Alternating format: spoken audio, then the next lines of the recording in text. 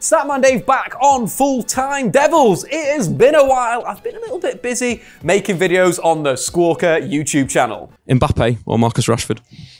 Man like Rashid. Now I'm undercover at the Emirates and we are going to ask some Arsenal fans some questions. You have to bring back one Liverpool player. Is it Michael Owen or is it Loris Karius? No. Referee! What's happening there? If you want to see what we've been up to, there is a link in the description below. We are here today to look at Manchester United versus Barcelona in Squawka Tactics. So let's dive into the tactics. First up, we're going to talk about Barcelona. This season, Valverde has been playing a 4-4-2. It's quite an interesting one because some people interpret it as a 4-3-3, but for me, even Rakitic, the key guy, does move out to that right-hand side and Lionel Messi stays up front and combines with Luis Suarez. The interesting side with Barcelona this season is how compact they are in the final third.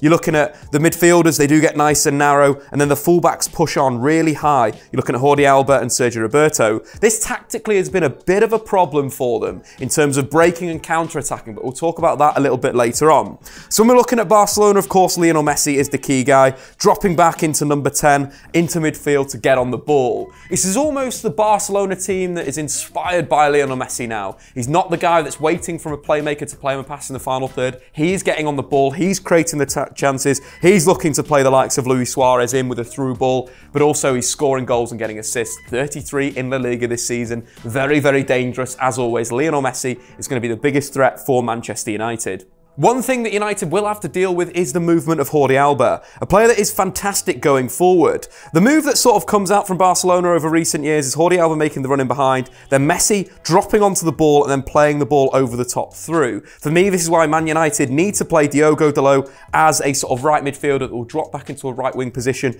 and Young can sort of pop in and deal with either Coutinho or Luis Suarez in that situation. But that is a key thing for Barcelona. Messi coming off the line, getting on the ball and playing that ball over the top for the fullback. Other players that have been quite important for Barcelona in the final third has been even Rakitic, getting on the ball a lot, dictating the play from this right channel. Sometimes you will see him even into the right back area to get on the ball in the deep area, a little bit like Toni Kroos under Zinedine Zidane in that sort of 3 Champions League run in a row, where Toni Kroos will pick up the position behind Marcelo. It's similar. You see Sergio Roberto enter the final third a lot more with even Rakitic behind trying to dictate the play. The shape almost drops to that sort of Real Madrid classic 2-3, and then you've got, you Coutinho maybe operating inside, Messi dropping off, and then sort of 4 attackers. But those fullbacks, they do push forward, they do create a lot of things for Barcelona with the cutbacks. If Jordi Alba does get into the area behind the Manchester United defence, expect him to be dropping the ball into that area. You've got the classic Leo Messi run, or even Luis Suarez getting onto the end of that ball, which is a big threat for Manchester United. But the build-up is quite interesting,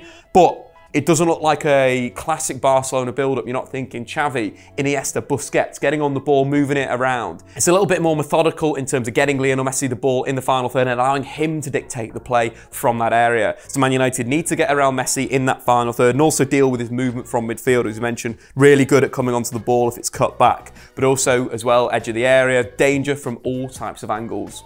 So let's talk about a few different tweaks that Barcelona could make. They have been playing this sort of narrow 4-4-2 in recent weeks, but arguably have looked better with both Malcolm and Ousmane Dembele in the side, giving them a little bit more natural width. Dembele is coming back from injury, so we could expect him to maybe come off the bench for Philippe Coutinho and play on that left-hand side, stretch Manchester United horizontally over the pitch. Old Trafford is a big pitch, wingers do really well at the famous ground, and again, Dembele could be that guy looking to hit the byline and creating for Luis Suarez, playing almost as a natural guy to pull wide. Alternatively for Barcelona as well, one thing that we could see, Arthur's form has been good in recent weeks, but if Valverde were to change that and maybe bring in someone like a Malcolm who came off the bench against Atletico Madrid and again showed really good width in the final third for them, he could be a guy you see. And this is more of a attacking Barcelona lineup with width. Dembele on one side, Malcom on the other side, but we generally don't see that. Valverde likes to keep that midfield control. He likes to have 3 almost central midfielders playing across his 4-man midfield to allow Messi and Suarez to stay up front. Because if you're looking at this system now, you've got 2 guys that are going to attack. This will be more of a 4-2-4 than the 4-4-2 that we've seen for Barcelona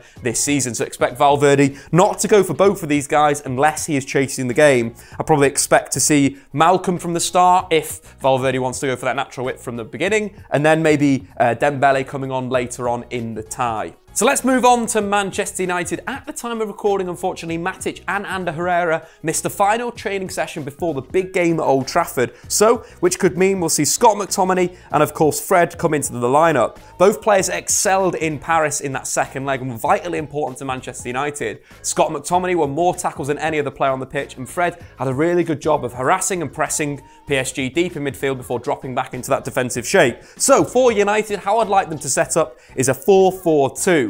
Matching Barcelona, but in a defensive sense, making this sort of deep block and looking to counter-attack. As we mentioned before, Barcelona's attack narrows and their fullbacks fly forward. This could leave a 2v2 on the counter-attack. The big thing for Manchester United is to play quickly to the striker's feet in the transition, a little bit of a layoff there, then break forward. We've seen Atletico Madrid do it well this season, scoring goals against Barca. We've seen Real Betis, and we've also seen Valencia in La Liga, operating with 2 centre-forwards and causing Barcelona a lot of problems. Before Manchester United, when they have the ball and they're not counter-attacking, what I would like to see from them is a number of movements. Of course, Diogo Dalot will provide that natural width on the right-hand side. He'd be more of a winger. But what I want to see from Paul Pogba, like we saw against PSG from Andres Pereira in the Champions League game, is moving inside behind the Barca midfield. Again, Barcelona struggle to cope when you get in between their lines. And that is something Paul Pogba could do successfully well. Consequently, Luke Shaw's going to play a lot higher, and maybe Young will operate a little bit more, tucked in as a right-back. This could be very important for Manchester United. You're creating a 3v2 defensively at the back to deal with the pace of Lionel Messi and Suarez on the counter-attack. Luke Shaw into the final third becomes a really good crossing option if he can get to the byline. The big thing as well there, if Paul Pogba isn't, on the ball in between the lines and he's not looking for the through balls, what you want to see from him is you want to see him getting into that penalty area, making that sort of move to get in there, overload that sort of situation. We saw it frequently for Atletico Madrid. When they got the ball wide, Saul would get into the box, probably Atletico Madrid's tallest midfielder, cause them a lot of problems. Atletico are quite slow to close down the cross, which means if Dalot or Luke Shaw can enter the final third in an attacking sense, and Paul Pogba, as we mentioned here, can run into the box, you're looking at that crossing position could be very, very dangerous from United, from both the left back in Luke Shaw and the right winger in Diogo Dalot, and that is how you beat them. Hit him on the break, little layoffs, but then if you're building up slowly, switch to this 3-4-1-2 shape and get crosses into the penalty area. Simple stuff for United. Old school Man United, bringing back 99. Crosses, direct balls, hitting balls into the channels to deal with those, to cause those Barcelona centre-halves a lot of problems with the power of Lukaku and, of course, the pace of Marcus Rashford. So let's move on to the key battles. First up, though, why do I think we should go with Marcus Rashford and Romelu Lukaku? I think both players have got great pace, and on the counter-attack is going to be crucial for United. They did really well pressing together versus PSG. Lukaku, of course, grabbed the 2 goals. Rashford scored the penalty, and they looked good. Sort of the big man, little man combination. Lukaku to use his power to bring in Rashford with his one-touch play, and then Marcus to explode into the channels. And that's why I've gone ahead of them. The likes of Jesse Lingard, who I think will be a better option off the bench. Lingard could really inject some sort of pace and some aggression into Manchester United's attack with his pressing, with his quick passage of football, and Anthony Martial as well. Good option, for example, Marcus Rashford. Something that we did earlier on in the season was play, start with the Martial and then bring Rashford on, or vice versa, and worked really well.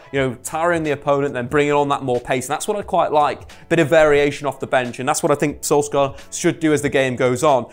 Rashford 60 minutes, Martial 30 minutes, absolutely perfectly. But why we've got this highlighted as the key area for the game, it's all about the counter-attack for United, drawing Barcelona on. As we mentioned, Barcelona's midfield narrows, their fullbacks get into the final third. So in terms of the counter-attack, Man United could break down Barcelona in a number of ways. First up, direct passes from fullback. Thinking Ash Young getting on the ball and smashing it into the channel behind where Jordi Alba would be, or even if Marcus Rashford's going to make that diagonal run across like we've seen time and time again, would be perfect to unlock the door. But How you really want to unlock Barcelona on the transition is playing through midfield. So let's say Scott McTominay has just won the ball. How United get through this Barcelona press is to play direct. Is to find that pass, that incisive ball into the feet of Marcus Rashford that can then lay the ball off to Lukaku, and then United are in their final third. Then you're thinking maybe someone like a Diogo Dalot supporting the attack can receive the pass from Lukaku, then swing it into the box. Alternatively, we could see some direct combination play, you know, some 1-2s, the classic sort of Dwight Yorke, Andy Cole motion. Rashford and Romelu Lukaku is how United want to attack here.